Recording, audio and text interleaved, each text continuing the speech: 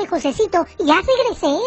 Hola, gatito. Me da gusto volverte a saludar. ¿Y ahora qué quieres preguntar? Pues usted se dará cuenta que me están probando mi traje de angelito porque el 15 de agosto se celebra la Asunción de la Virgen y me invitaron a participar. Por eso, lo primero que le quiero preguntar es si es lo mismo ascensión que asunción. Mira, gatito, la palabra ascensión viene del verbo ascender y significa subir. Ah, por eso a los elevadores de los edificios también se les dice ascensores. Exacto. En cambio, la palabra asunción viene del verbo asumir, que significa tomar una actitud, un cargo, un puesto o tomar a una persona. ¿Me puede poner un ejemplo? Claro, Cristo después de su muerte y resurrección subió a los cielos por su propia cuenta. Por eso se habla de la ascensión de Cristo. Sí, del verbo ascender o subir. Sí, gatito. En cambio, cuando la Virgen María terminó su etapa en esta tierra, fue asumida, fue tomada por Dios para ser llevada a los cielos. Por eso se habla de la asunción de la Virgen María a los cielos. Del verbo asumir o tomar. Son palabras semejantes, pero no se deben de confundir. Ascensión y asunción. Eso ya me quedó claro, pero ahora viene otra pregunta. Yo sé que no es nada bonito hablar de la muerte de nuestros seres queridos, pero he escuchado que algunas personas, en lugar de hablar de la muerte de la Virgen María, hablan de su dormición o su tránsito. ¿Por qué? Déjame explicarte. De acuerdo a la doctrina de la Iglesia, Adán y Eva fueron creados sin pecado, y como estaban llenos de gracia, no iban a morir nunca. Y entonces, ¿por qué murieron? Porque cuando pecaron, perdieron la gracia, que es semejante al paraíso. Entonces, cuando cometieron el pecado original, ¿perdieron la gracia y el paraíso? Sí, y a partir de ese momento estuvieron sujetos a las limitaciones humanas, al dolor y a la muerte. Ah, caray. O sea que Dios los creó para que no murieran, pero por el pecado les llegó la muerte. Exacto. Y si ya te quedó claro ese punto, vamos al siguiente. Así como Dios creó a Eva sin pecado, también así creó a la Virgen María, inmaculada y sin pecado alguno. Pero a diferencia de Eva, María no pecó. Y por lo tanto, la Virgen se mantuvo siempre inmaculada, sin ninguna mancha. Muy bien. Y si no tuvo pecado original ni perdió nunca la gracia, entonces como consecuencia no murió, ¿verdad? Ciertamente no podía morir como consecuencia del pecado, pero sí por otra razón más hermosa. A ver, ya me dejó picado.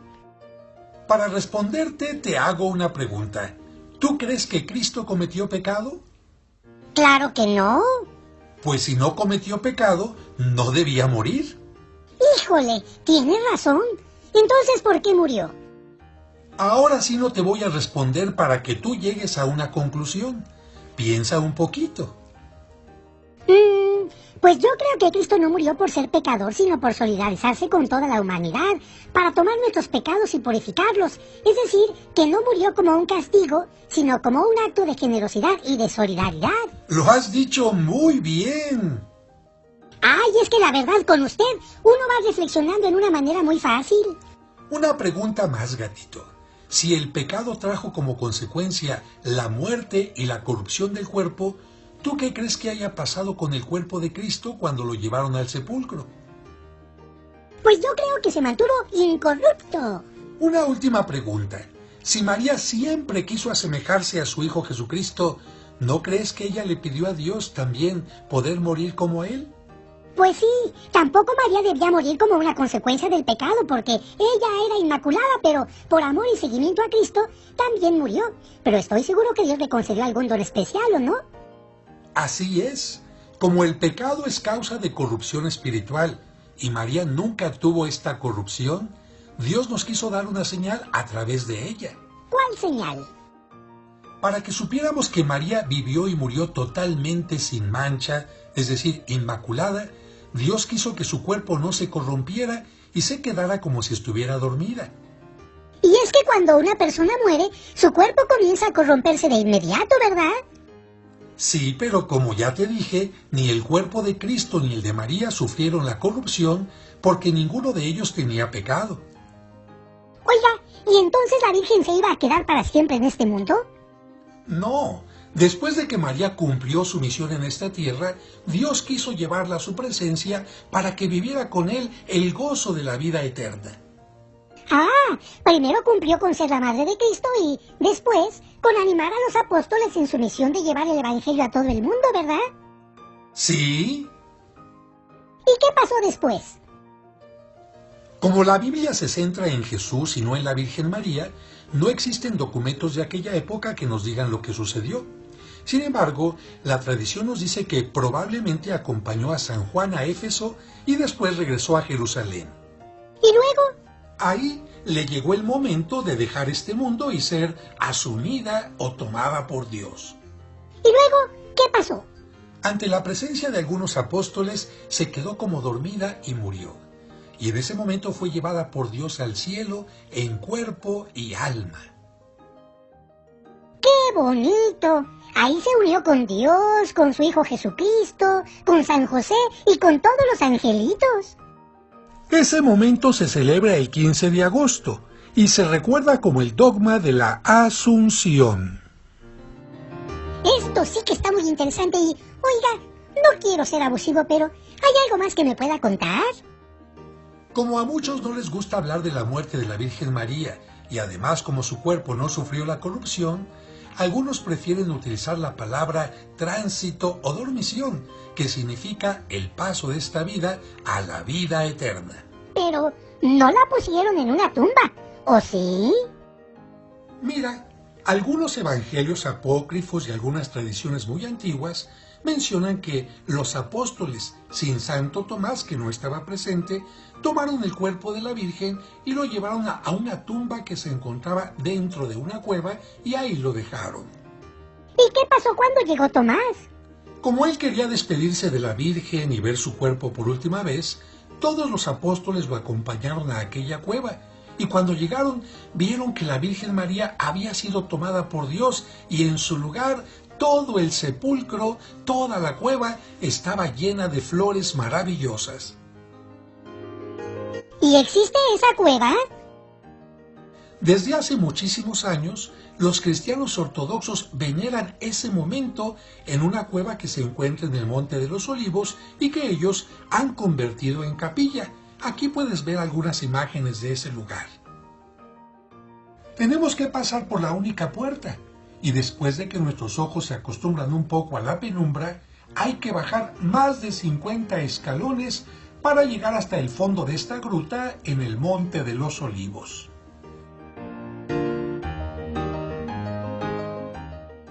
Al llegar a la parte de abajo, damos vuelta a la derecha y ahí se encuentra una losa sobre la que los ortodoxos construyeron una pequeña edícola semejante a la del Santo Sepulcro.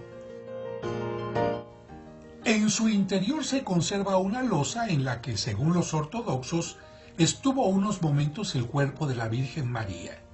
Se puede visitar entrando por el frente a través de una puerta muy pequeña.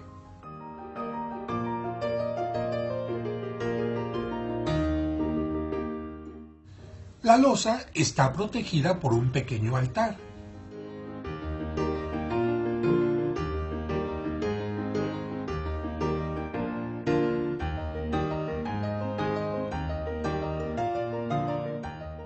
Sobre el altar hay un icono o imagen repujada con la escena de la dormición de la Virgen.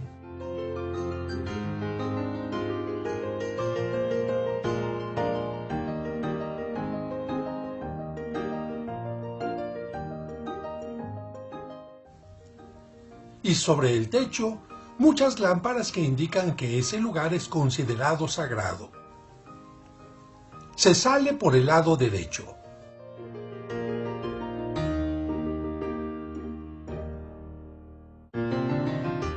Así se ve la parte posterior de la edícola. Y después de visitar este sitio, nos retiramos subiendo nuevamente los escalones que nos llevan al exterior del Monte de los Olivos. Oiga, ¿y los católicos tienen algún lugar en Jerusalén donde recuerdan ese momento? Sí, Sobre el monte Sión, los cristianos católicos construyeron esta basílica llamada de la Dormición para recordar la dormición o tránsito de la Virgen María. Fue construida con piedra del lugar y está al cuidado de los benedictinos de Alemania. Esta basílica tiene 2 niveles. En la parte alta, un gran espacio para las misas con gran cantidad de fieles y varios altares y capillas, y en la parte baja, una cripta.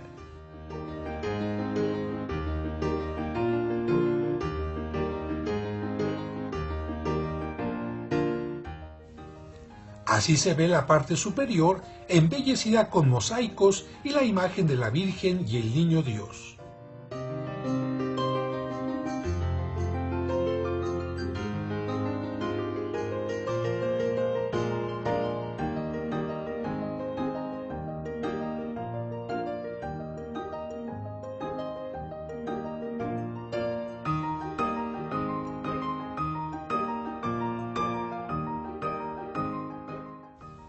Pero en la cripta, entre una gran cantidad de columnas, hay una escultura que representa la dormición de la Virgen.